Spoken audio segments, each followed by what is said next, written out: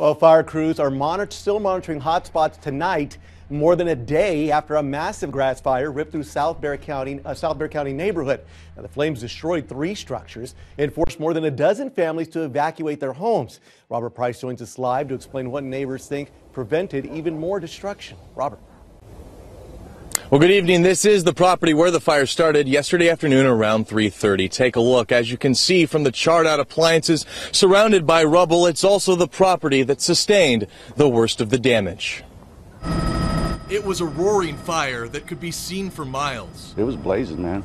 It was like a forest fire. It was terrifying. It was big. It was scary. Bexar County officials say it all started with a lit cigarette a man thought he put out. First catching one home on fire, then 2 structures nearby, before finally spreading to the surrounding brush. Big black boiling smoke. It was scary. 200 acres, 2.5 hours, it was gone. Christina Weed and her family were out of town, but got calls and text messages about the fire just 3 houses away. We had neighbors that jumped the fence and were watering my house down. Neighbors like Donald Stacy. The fire was right there. I could see it right next to the fence line. Their house is right there. So I said, well, you got to be a neighbor and go help, you know. Oh, big relief. We were very happy that the house didn't burn down. If the wind was like this, it would have wiped out all the way down to the end of the street. But a day later, some say the damage is bad enough. That one structure over there is still smoldering. When you drive by it, you can smell it. You could see their stove and refrigerator and stuff that's all burned up. Their cars are in there. You can see them still sitting in the driveway and they're burnt too. So Arturo and Francis Medina are inspecting the damage to their property. I see that it's going to need a lot of work. The Medinas used to have a house here, but it burned down back in 2003. Something they figured would never happen again. I see that it did. Meantime, fire crews stay on scene, some more than 12 hours and counting. Trying to protect the homes that are here by putting out the remaining hot spots so that way nothing happens throughout the night. it could have been a whole lot worse.